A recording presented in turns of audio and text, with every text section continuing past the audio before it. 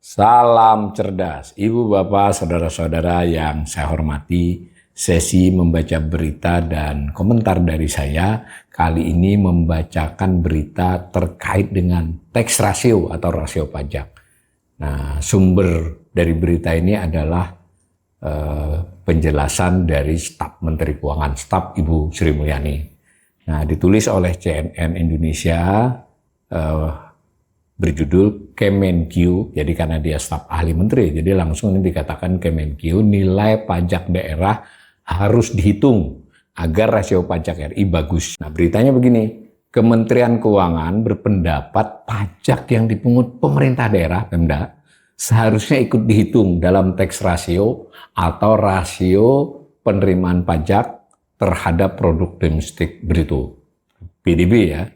Nah, hal itu bersumber dari pernyataan staf ahli Menteri Keuangan bidang kepatuhan pajak Yon Arsal, yang mengatakan selama ini tax ratio Indonesia cenderung rendah karena tidak menghitung pajak daerah. Nah, padahal sejumlah komponen pajak pertambahan nilai PPN seperti pajak hotel hingga pajak restoran sudah beralih menjadi objek daerah. Begitu pula pajak bumi dan bangunan yang tak lagi dikelola pemerintah pusat sejak 2010. Penting ya, jadi sejak ada era desentralisasi keuangan dari pusat ke daerah sebagai bagian dari semangat reformasi, meskipun kanal ini sudah mengatakan sedang berbalik arah, tapi dalam konteks penerimaan ini sudah begitu. Sebagian PPN dahulu masuk pusat, itu sudah pindah ke daerah. Misalnya pajak hotel dan pajak restoran. Nah, itu jadi objek pajak daerah. Jadi kalau kita bayar PPN di level restoran atau hotel itu masuknya ke daerah, bukan ke PPN pusat. Nah, begitu juga pajak bumi bangunan yang sifatnya perumahan, perkotaan, perdesaan, rumah bangunan. Nah, kalau di pusat ada PBB yang untuk pertambangan, perkebunan besar itu masih pusat, tapi yang PBB. Makanya jadi berita ramai itu PBB itu adalah objek pemerintah daerah. Jadi menurut staf Sri Mulyani ini ya mestinya itu dihitung sebagai tax ratio gitu. Nah, dikutip langsung nih, sebenarnya untuk perbandingan antar negara, jadi ini konteksnya perbandingan antar negara, seharusnya seluruh jenis pajak dimasukkan sebagaimana definisi OECD. Apabila seluruh jenis pajak dimasukkan, maka tax ratio Indonesia itu menggunakan data 2022, jadi 2022 masih ada di sekitar 12,1%. Kata Yon pada diskusi daring Ikatan Sarjana Ekonomi Indonesia Jakarta. Jadi ini diskusinya diskusi ilmiah ya, meskipun daring dari acaranya ISEI. Nah, itu Yon mengatakan begitu. Tapi beliau ini stafnya Bu Sri Mulyani. Saat ini tax rasio Indonesia hanya meliputi penerimaan negara yang diurus Direktorat Jenderal Pajak dan Direktorat Jenderal Bea Cukai, berarti seluruh pajak plus bea dan cukai. Total penegaraan itu lalu dibagi dengan PDB nasional. Jadi presentasinya adalah total penerimaan perpajakan dipresentasikan atas total produk domestik bruto. Ia menilai tax ratio Indonesia masih meliputi arti sempit. Dengan demikian, ia menilai tax ratio Indonesia tidak bisa dibandingkan dengan negara lain. Saat ini kan di kisaran 10 tuh, 10,2, 10,1, bahkan kemarin sempat 10% saja. Menurutnya, negara-negara maju juga mengikut sertakan semua penerimaan pajak pada perhitungan tax ratio. Bahkan negara-negara OECD memasukkan iuran keamanan masyarakat, Social Security Contribution ke dalam tax ratio. Ini berarti seperti kalau di kita ya BPJS ya, Kesehatan maupun Tenaga Kerjaan itu mestinya dimasukkan sebagai tax ratio juga menurut Yon ini. Memang pajak daerah itu menjadi penting juga karena prinsipnya adalah yang dimaksud penerimaan pajak adalah segala sesuatu yang memberikan beban kepada negara. Dalam konteks Indonesia segala sesuatu apakah itu dipungut maksudnya ya oleh pemerintah pusat atau pemerintah daerah, it doesn't matter katanya. Nah, jadi dia pendapatnya begitulah.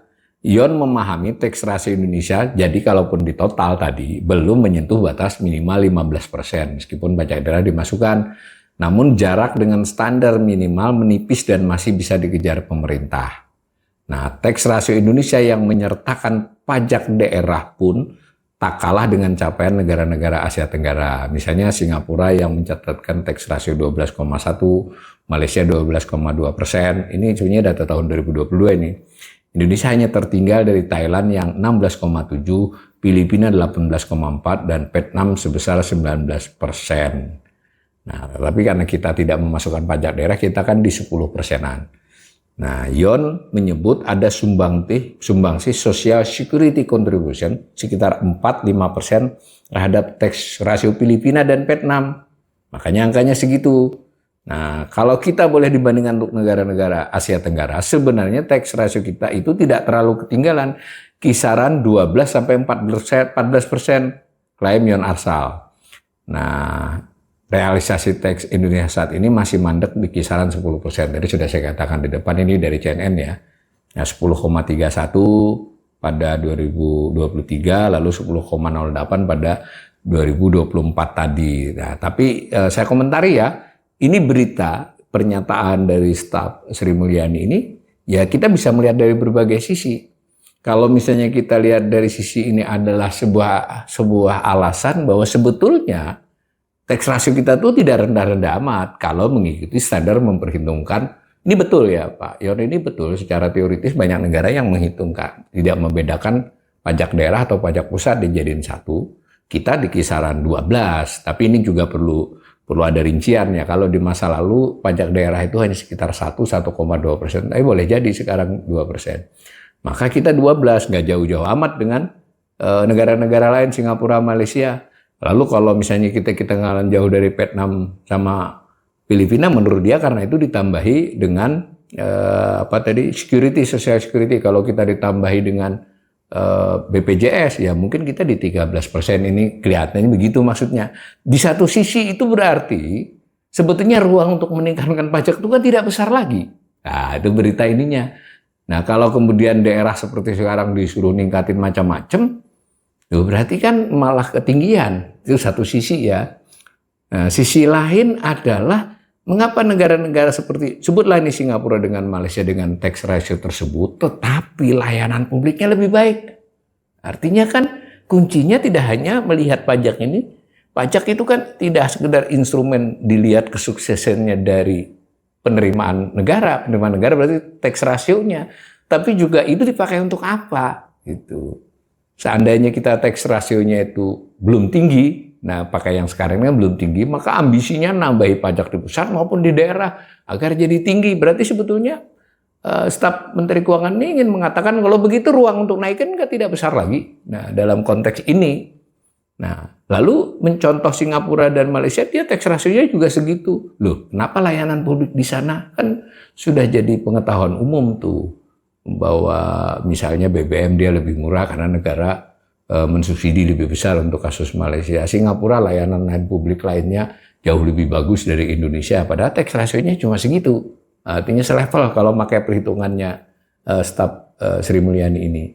Nah, di sini menurut saya kita tidak bisa melihat persoalan fiskal itu dari sudut pandang negara dalam konteks kantongnya saja, fiskalnya saja. Tidak bisa melihat dalam konteks ini kita penghasilannya kurang banyak. Tetapi konteksnya adalah belanja. Belanja juga bukan hanya besarnya. Berapa belanja tersebut memberi layanan publik yang baik, meringankan kan kehidupan rakyat. Pajak kan ditarik bersifat wajib, memang tidak langsung harus memberikan balasan karena tidak merupakan jual beli seperti itu, tapi diberikan balasan dengan cara tidak langsung. Pelayanan pendidikan, layanan keamanan, layanan macam-macam. Nah, jadi di sini stafnya Sri Mulyani ini sebenarnya membuka ruang diskusi yang lebih luas dari sekedar angka tax ratio. Saya sebagai ekonom menyarankan bahwa pemerintah berarti dengan info ini mestinya Kementerian Keuangan hati-hati dong. Sebetulnya kita belum nggak terlalu rendah tax, berarti jangan maksa-maksa dulu dalam kondisi ekonomi yang kurang baik. Di sisi lain, mengapa dengan tax ratio yang anggap saja kita terima argumen ini tidak terlalu tinggi, sudah cukup tinggi meskipun tidak yang tertinggi, mengapa layanan sosial kita lebih buruk gitu.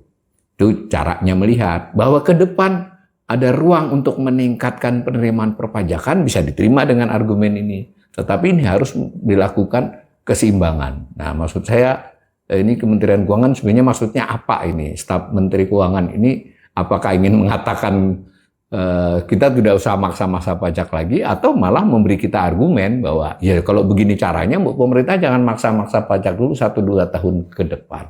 Gitu ya para pemirsa, untuk memahami persoalan ini. Mudah-mudahan berita dan komentar dari saya ini bermanfaat.